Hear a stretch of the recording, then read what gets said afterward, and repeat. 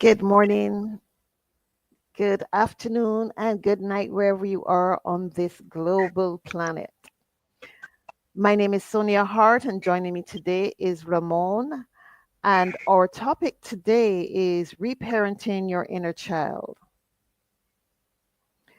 Even in a time of global distress, personal healing is still resistance. This episode, we will explore how inner child work helps us hold the emotional chaos of the world without letting our sense of, without losing our sense of self. Joining me is Ramon, as I said earlier, and I'm going to let Ramon introduce himself and tell you a bit about who he is and what he does. Thank you, Sonia. Good morning, and thanks for having me. My name is Ramon Carroll. I'm originally from Columbus, Ohio. I grew up in the inner city. After graduating high school, I joined the military and traveled the world a bit, and got to see a lot. And after a 15-year marriage and divorce, I had to do this work that we're talking about today. Is finding that inner child. And I think a lot of times, in order to cope with certain things in life, some of us are forced into doing that. I'm currently married, happily married, with a wife, got four kids, and I look forward to this conversation. This is a very, very, very timely conversation given the geopolitical temperature of the world right now and what we're going through on a domestic stage as well. Thank you, Ramon, for that introduction. I'm going to start off by asking you, what is reparenting the inner child? What does that involve? Well, first you have to understand what we mean by inner child, and what I understand the inner child to be is that you that was still innocent and pure, before you the trauma of your life started to mold you into who you would eventually become. For me personally, going back to the time when you believed in like superheroes, where you believed you could still fly, that child that was still, bright eyed, you have to go back and find him. And sometimes it just means going to have a conversation, with the young man that maybe you wish somebody else would have had, right? Like if you get to a stage in your life and you realize, man, I wish, at this age, so and so would have told me this. Go back and have that conversation with yourself, and you'll be surprised at how much you'll start healing that inner child. So, if I'm hearing you correctly, your inner child is that part of you that hasn't grown through the pain and trauma of being exposed, in some cases, to negative behavior from the adults that that child would have encountered. Let's say, for argument's sake, a child is abused and as an adult has not healed from that abuse. It could be verbal, it could be sexual, and therefore have difficulty showing up in the world as their authentic self. Can you That's speak right. more on that? Yeah, that's right. And that's how I view it, is that there's this kid that's sitting, waiting for somebody to understand, and nobody understands more than you. But because of, how we live this life, especially in our society, is so fast paced, a lot of people don't have the time to sit down and reflect or do an after action review of their childhood. Most people never go back and try to find those points where, this is when I began to feel this. With me, when I was about 2 years old, somebody who was taking care of me, bit me on my face to the point where I had a nervous condition and would shake. In a child like that, you would understand how a child might have distrust issues, right? I was bounced around from foster home to foster home. And when you go back and you understand why somebody like me would have trust issues or separation anxiety, that kind of stuff, it starts to make sense. And then you can start to forgive yourself and others, right? Understanding that we all were kind of, forced into this system and this way of doing things. But I think it really comes back to being able to forgive yourself and understand without making excuses.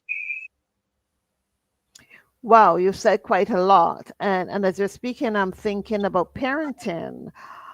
I grew up in the Caribbean where the older generation, for whatever reason, never really touched their children after a certain age, didn't say, I love you. There was always this disconnect between parent and child. Um, and the things sometimes that parents say to children,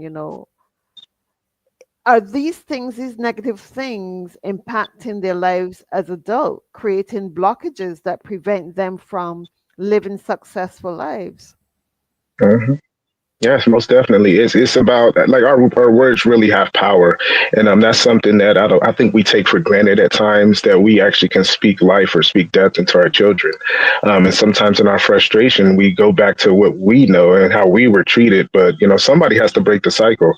Somebody has to swallow their pride and say, you know what, I know I was brought up this way, and hey, yeah, I didn't turn out as bad as I could have, but maybe that wasn't the best way. Maybe when my child goes to bed, they should hear words of affirmation before they go to bed and when they wake up versus me cussing them out for not doing their chores.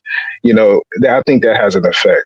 So how we engage with our children is very important, and how we respect them.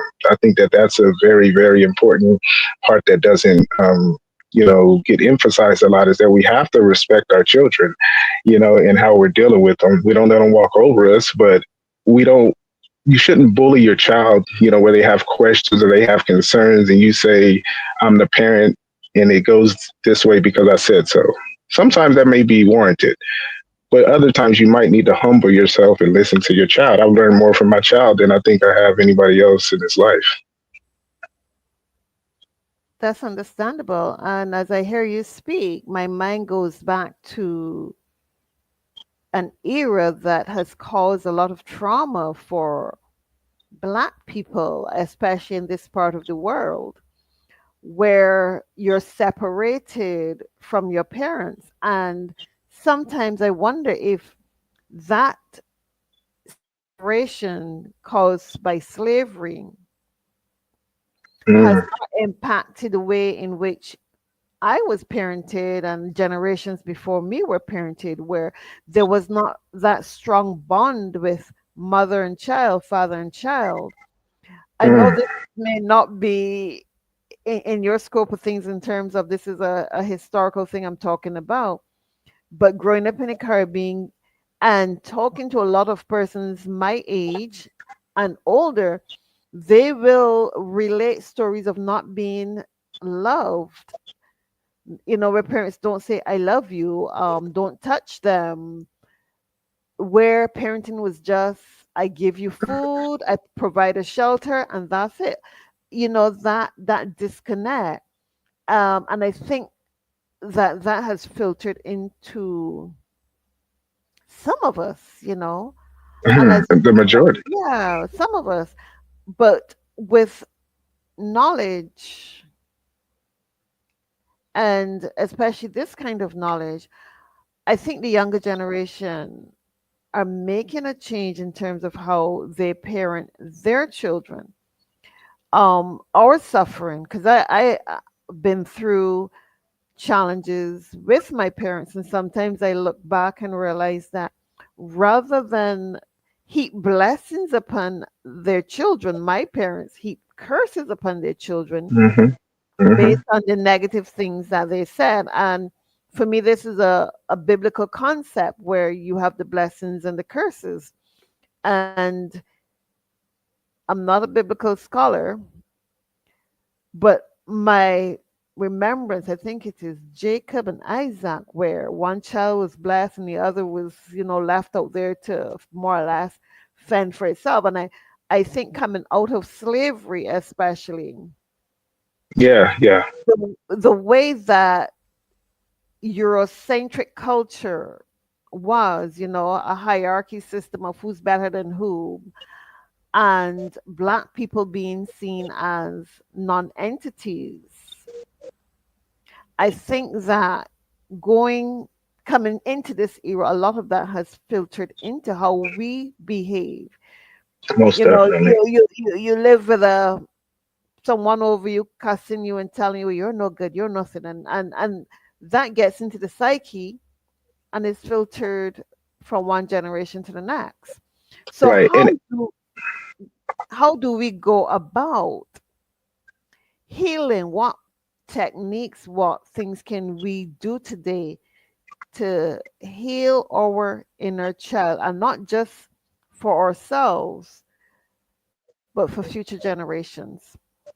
yeah, so I want to touch on something that you spoke about the way that we conducted ourselves when we were in slavery filtering into our culture today. And I think that's a very important point because at a certain point it was not safe for black parents to celebrate their children. Right, it was dangerous for you to even show that your child might be gifted or anything like that. So a lot of our people would talk down on their children when the white man came around to make sure that this white man did not see anything special in this child, because we know if he sees something special in this child, they're gonna take him away from you, right? Or worse, kill him.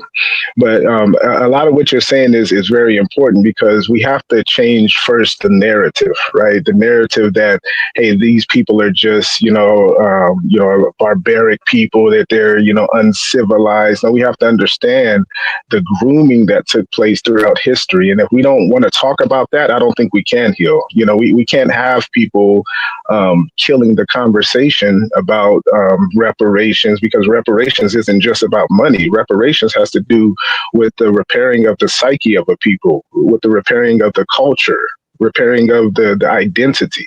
You see what I'm saying? So we have to change how we're speaking. And when it comes to raising your children, a lot of times in Western society, we're taught to do things backwards, right? We're taught to, push entertainment, push electronics in front of our children, right? And then when it gets time for them to have to focus, we have to put the hammer down. Well, you've trained them one way, to start. So with my daughter, she's 15. From the start, all toys and everything were taken away. When I started seeing the little attachment to toys and whatnot, I took them all away. And education became her entertainment. So she didn't know, and this is what we don't get a lot of times. These children don't know a lot of the stuff that you're putting in front of them. If it's out of sight, it's out of mind. If you put entertainment in front of them, learning becomes fun, right? And by the time she was 2 and 3 years old, she was reading full books, could identify every flag of every country, all the animals in the animal planet, right? So I took that and I said, okay, this is a good practice. This is a good practice to, at an early age, do not introduce your children to all toys. And when you do introduce them to toys, there won't be that attachment that we tend to see with our children. They got lawsuits, going right now.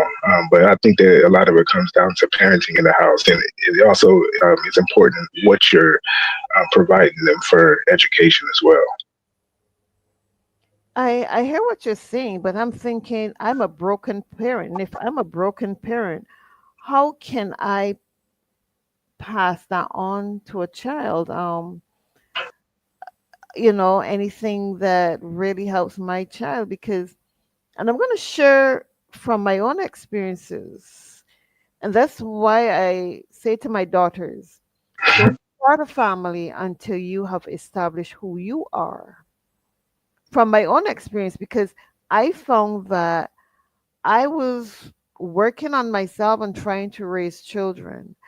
And I'll say this, the emotional neglect was there, you Mhm. know. Um,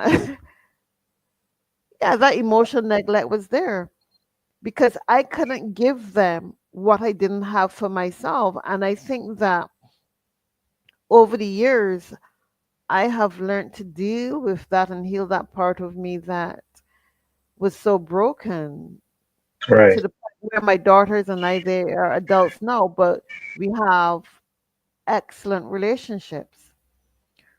We're more open and we can talk because working on myself, I realized the damage that I did, the trauma Mhm. that I created. You know, sometimes we as mothers don't realize that from the moment we make that decision to have a child, they own us Yes. and not the other way around. And one of the things that baffle me, I mean, I'm guilty of this too, is the child is 6 weeks old and you're back out to work and you take this young child and you're giving it to a nanny, someone who Hmm. has no real connection to the child. And I've always wondered how babies feel when they are entrusted to the care of someone who they have no connection with. Mm, mm. Absolutely no connection. And I'm wondering if this is what we call is it attachment trauma or abandonment trauma, is that what creates that for us as adults, remembering, oh my goodness, um, I was left with a complete stranger. There's no bonding there. And coming out of that, when we go into relationships, I think a lot of us, let me speak for myself, have commitment issues, trust issues, because that inner child, that child that was left with a stranger, um, and I think sometimes too, and I'm a firm believer that children can understand this. We don't talk to babies and explain to them why we're doing what we do. We just go the little bag and we hand the child over. And I've seen a lot of people who have issues staying in any relationship for a long time.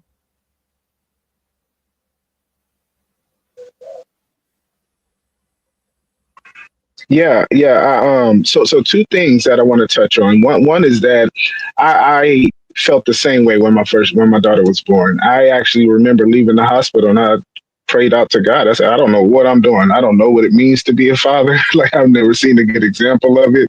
So I was a broken person, and I knew that I didn't have it within myself to be a father because I had never seen anything. I just learned who my father was last year, actually. But that doesn't that doesn't mean that we can't begin to change the little small things that we're pointing out here, and if we're talking about being completely healed before we help our children, we're never going to help our children. Trauma doesn't necessarily completely heal. What you do is you transmute that, right? The trauma that you've gone through throughout your life, when you come to realize what it was, you transmute that and you turn it into something positive and use it for positive energy. So it's not necessarily the wanting to eradicate the memory of the trauma. Is okay. I went through this for a reason, and changing how you view what you went through.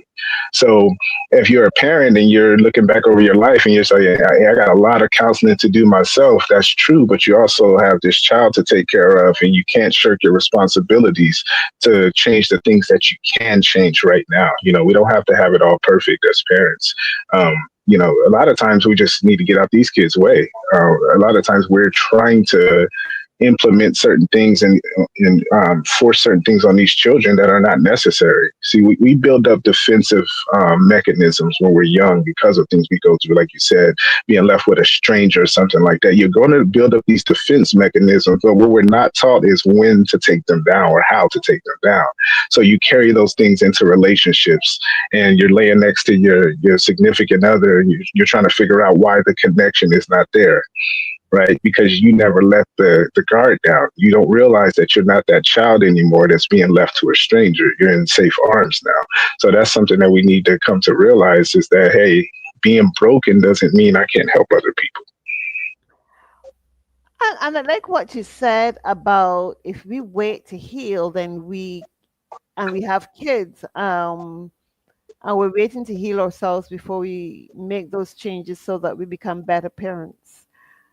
I think healing my inner child, became very important for me. And the thing is, I did not realize that I was carrying trauma even before I made it into this world.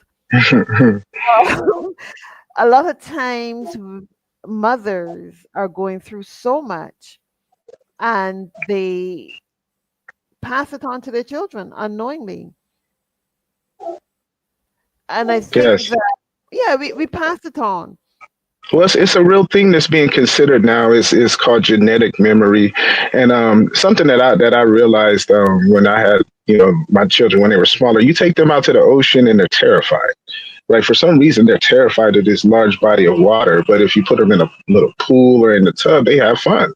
And I started looking into that and then trying to figure out why is that. And when you realize, if you believe the stories that are told across history, that there was a major flood that killed every person in the earth, you would understand how maybe genetic memory could get passed down and make us afraid of things like that. My daughter, when she was younger, she was about 1 year old. She saw we were watching funny videos. We thought she saw a baby getting dragged by a German Shepherd dog, and she started crying like uncontrollably.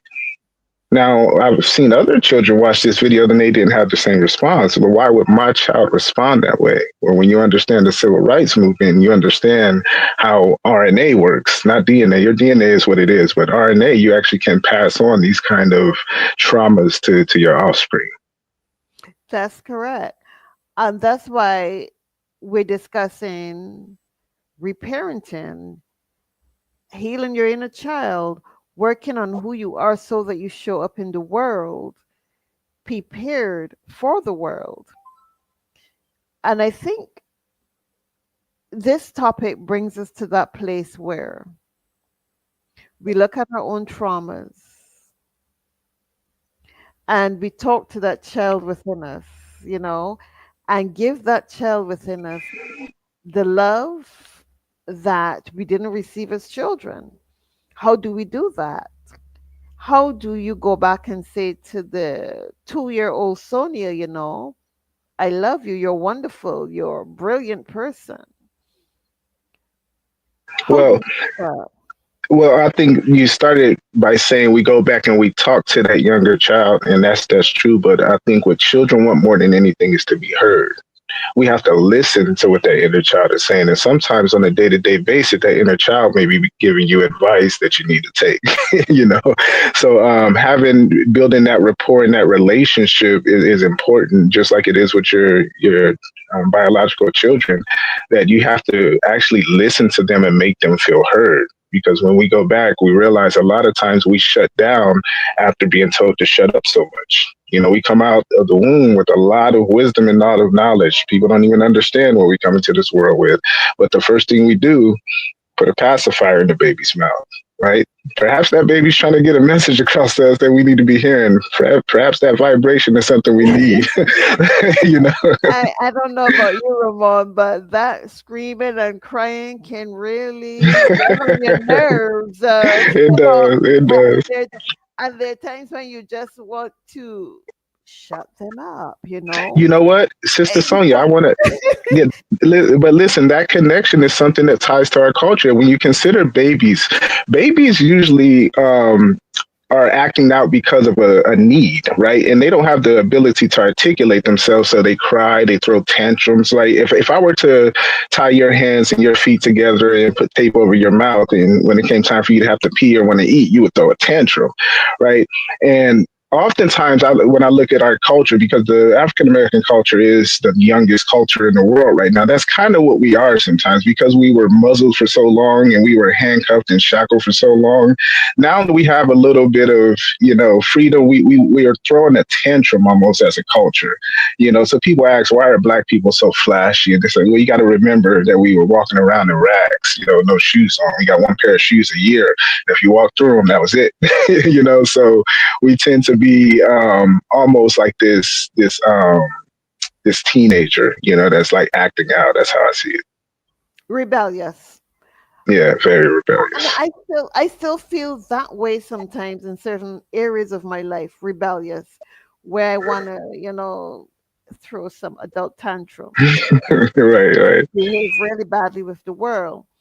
But I want us to stay on the topic of reparenting, because for me, Reparenting is a very big task. Being a parent is a big task. So imagine having to reparent yourself, having to go back into the terrible tools and maybe even beyond that and work on finding out what has caused my trauma. Where did this come up from?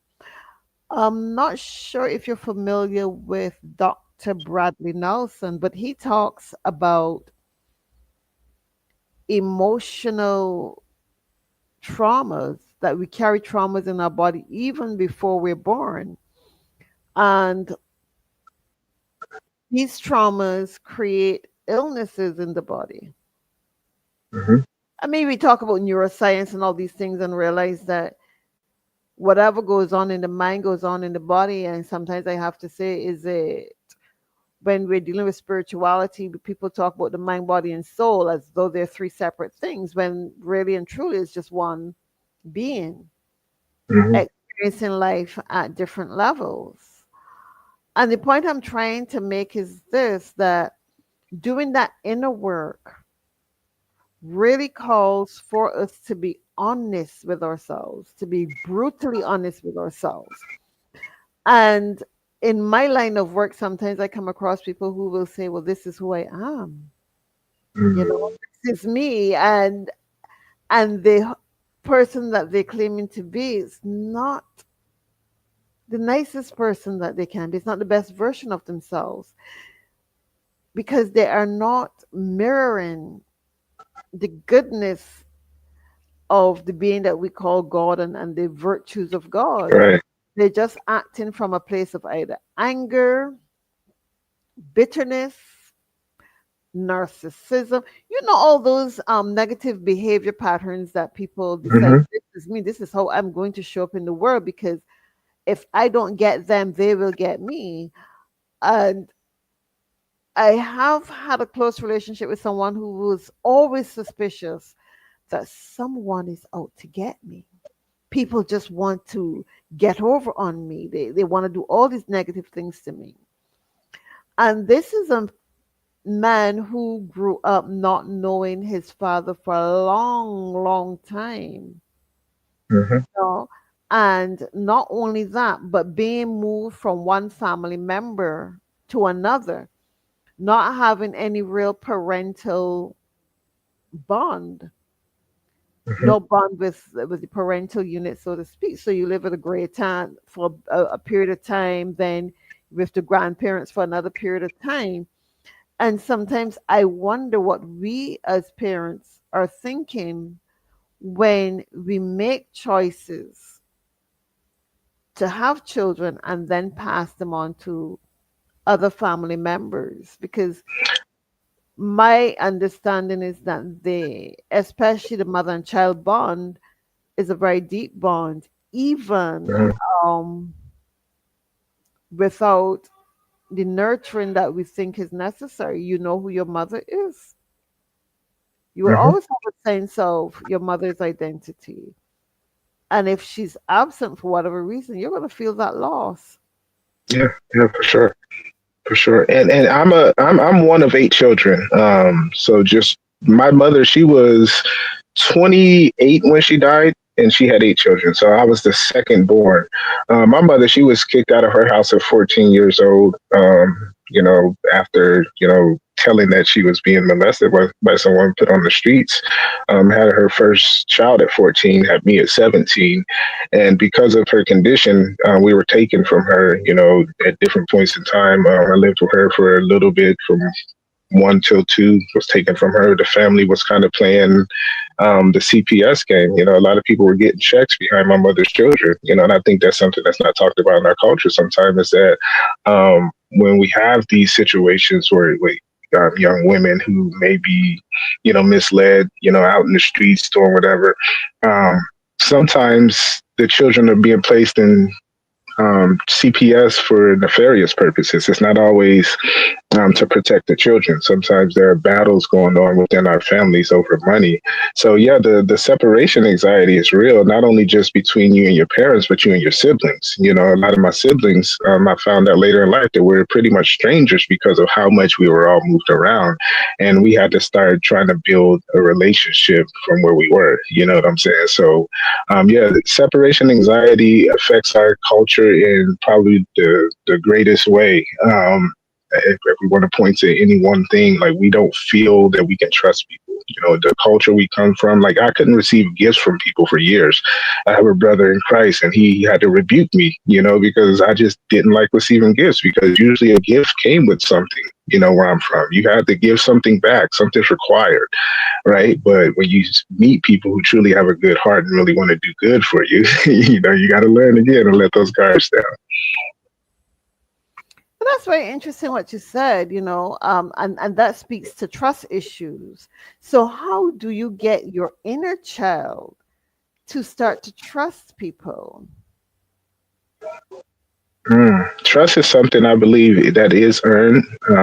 I believe that you built up those mechanisms for a reason. The bulwarks that we put up to guard us against deception and manipulation, those are still necessary. But what you do is you allow people to start to earn your trust. You allow people to start to, you know, come in. You know, and I have to teach my daughter that, you know, not to call everybody friend, but treat everybody friendly. You know, like you should be willing to engage and, you know, discuss and listen to other people. You know, it's just about, you know, it's a really brave thing to do. I'm not going to say it like it's easy. It's a brave thing to do to let somebody in, especially when it comes to relationships. You know, if you've, you know, been hurt so much, you're like, no, I'm not doing that again. You know, but there's that one person like, if you just give me this one shot, I can show you that it's not all like that. It's a trust thing, but I don't think it should be common. I don't think we should just you know, present our inner child to everybody. You know, some people still want to do harm to your inner child, and you have to be discerning. That's correct. You have to be discerning, but I think that in being discerning, sometimes we can become isolated from people, live our lives in isolation. Yeah, and sometimes that's necessary. Sometimes isolation is a good thing, and I think a lot of people fear that. Um, you know, being alone with your own thoughts for a long time is a scary place to be, right? But sometimes that's what's necessary for you to actually get to that deep place of healing. You know, isolation. Some, if you read the Bible, all the great men that God called, He called them out away from their people into a place of isolation for a time, right? So if you are trying to do something great, maybe you need that isolation. Let us discuss a bit more about abandonment trauma and attachment trauma. Especially, well, I know you're in the USA, and I can speak to that from the Caribbean, where I think I touched on it a little bit, where parents back in the 60s and 70s migrated and left children behind. I know of quite a few cases where children are left behind because the parent has gone to make a better life. Um, for the child, we're busy working. We got to send back home money. You send home money, but the children are still being deprived.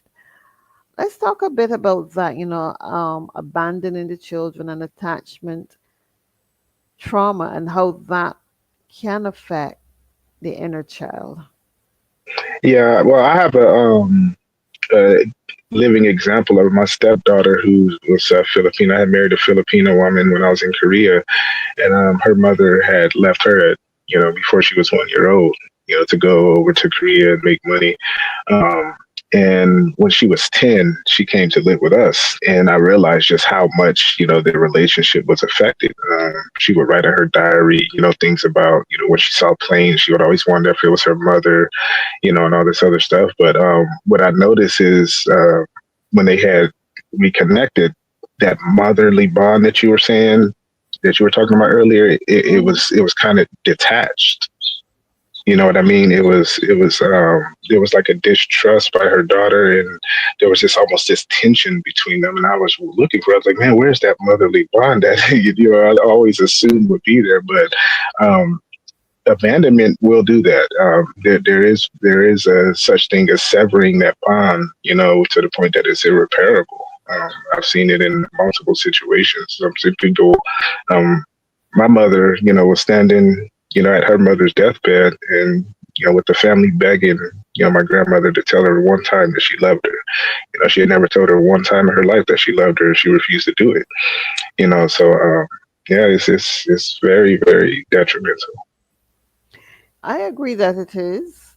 What is coming up for me is the idea of healing the inner child from all these different traumas, working through the things that affect us to the point where some people suffer from things like depression.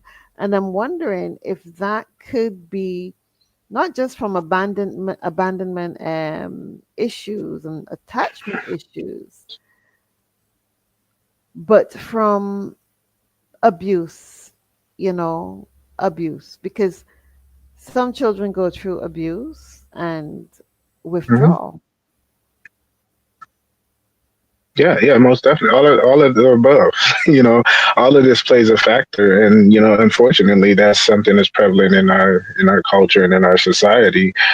Children are not really protected, even within child protective services. A lot of the abuse goes on within those families, and the manipulation and the fear tactics and everything that's used is very it, it works. I'll say that it works. It works to instill fear into children so that they won't talk about it, that it would be a taboo thing, but what that does again, it affects your relationships. If you learn to be deceptive at a very young age by an adult who's taught you the ways of deception, you're going to carry that into relationships and you're going to realize one day, like, nobody likes to be around me. Like, why can't I keep friends? Well, because you continue manipulating people because that's what you learn to do at a very early age, by trying to hide whatever abuse was going on. It's prevalent. I wasn't aware growing up how many children went through the things I was going through. When I became an adult and started actually having these conversations, I was like, wow. This is not something that is like a one off. Like, this is something that's a pandemic. It is. I think, though, that this conversation, or what I would like people to take away from this conversation, is that there are therapists who can help persons to go back into those dark areas, where the boogeyman lives in our Yeah, minds, regression. and work and come forward so that when we show up in the world, we show up in the world as being whole and not broken. Right. There's no reason why the inner child cannot be reparented, be healed. Absolutely no reason. There are so many therapists out there, and so many different types of therapists. I'm a spiritual practitioner, Hmm. and my work is primarily with the soul, trauma to the soul, working to help people to come back to that place of deep spirituality, recognizing that Right. you are a child of God, and therefore these things that come to you are just illusions. Nothing Yeah. hold you down and pin you down forever. It's just an experience, and you work at the soul level to release those traumas. And I'm saying this because I know that sometimes people go to therapists and they are not dealing with the real issues. No one Right. wants to go back and dig up in the mud and say, okay, let me see what is happening here, so that I can show up in the world and be better, not just for the world, but for myself. Right. Right. How can I start practicing loving myself? And I think that is one of the key takeaways I would like to leave with people: self love. Loving yourself does not necessarily mean that you have to be selfish and self centered, but you can practice a bit of sacred selfishness, looking out for yourself, where you honor yourself, you honor boundaries, and you don't allow the things from the past to carry forward into your future and hold you back from living the best life that you can possibly live. What are your thoughts on that? Yeah, I agree 100%. I think it's all about a mindset change. You know, if you change the way you think, then you change the way you show up in the world. And I like what you said about, getting back to realizing who we are, and I think that when your identity is stripped from you, you face the crisis that our people are facing. But when you realize who we are, that's why I said, getting back to the inner child is getting back to that kid who believed he could fly because you really can. you know so you realize that we are the superheroes that they write stories about. When you listen to people in other countries, you listen to some our brothers in Africa, they'll say things like, you are our heroes that have forgotten who you are. So that's something that, I think that our people need to awaken to, is that we came into this world special with a special vibration. We're not like everybody else. Well, I think we have a lot going on, and there's a lot of healing work to take place. I believe that the inner child, for some of us, is still crying out to be loved. But in all of that, forgiveness is important. Mhm. And forgiving our parents for doing the best that they could with what they know and how they were taught. Because things pass on in a traditional way. My parents didn't hug me, so I'm not hugging my own kids because I don't know how to. But yet still, even though a lot of the older generation and the people from my generation may not be able to express love verbally, when something happens to one of their own, Mhm. you see the compassion, you see the pain, especially if that something that happens is death. You Black people have a way of expressing themselves. You see the mourning, that gut wrenching cry. But in ordinary situations, we have had challenges expressing ourselves. And I think that this is where we need to go in terms of healing our inner child, reparenting our inner child, where we sit and we listen to that child. And I Mhm. know you said earlier about, putting the muzzle on and you don't, they're not allowed to talk, but, and I agree with you, babies, toddlers, children in general have a lot to teach us. Mhm. I'm usually reminding people that every generation that comes is like our cell phones, and computers. It's always an elevated version, an Yeah, upgrade, every generation that comes.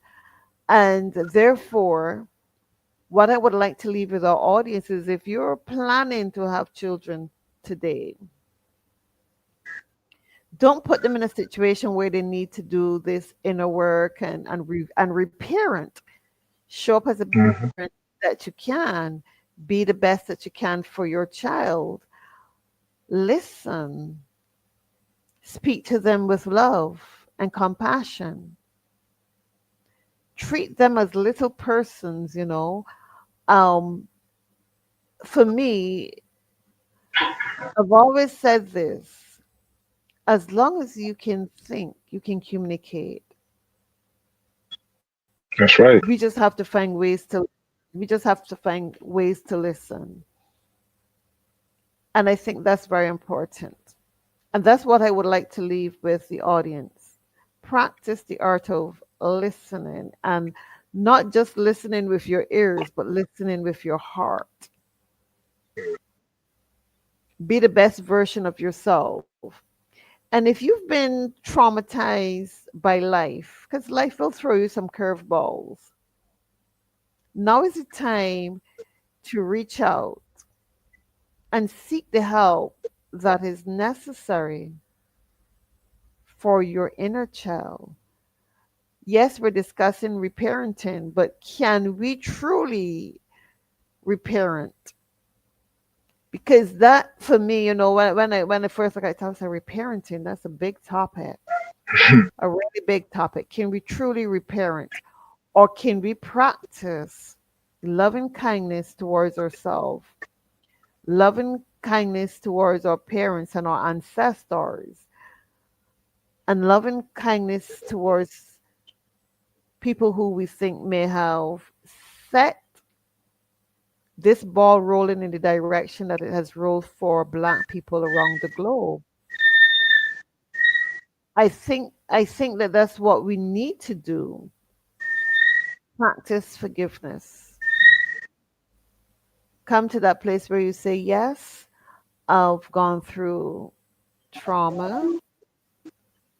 My inner child is still crying and behaving badly and throwing some tantrums. I do not know how to show up in the world because I wasn't given the necessary tools to show up in the world and grow and mature into a wise person. And I think that that's important for us as a race to show up as wise people. There is no reason for a grown adult, in my opinion, to hold on to past hurts, especially if that past hurt is still hurting you today. Not with the number of therapists around the world. You can do art therapy, you can do any kind of therapy, come to think A of it. number of things. Yeah. A number of things. But I think that the forgiveness aspect must come first. Yeah, that's the most important, and because what we don't realize a lot of times is they know where they dropped the ball. The previous generations, they get to a point where they realize, okay, we dropped the ball. And a lot of them are confessing it now, but we have to understand the ball was greasy. They were not really given the tools either. So I had to get back to that place of going back and not just forgiving my mother, but man, this woman was a superhero.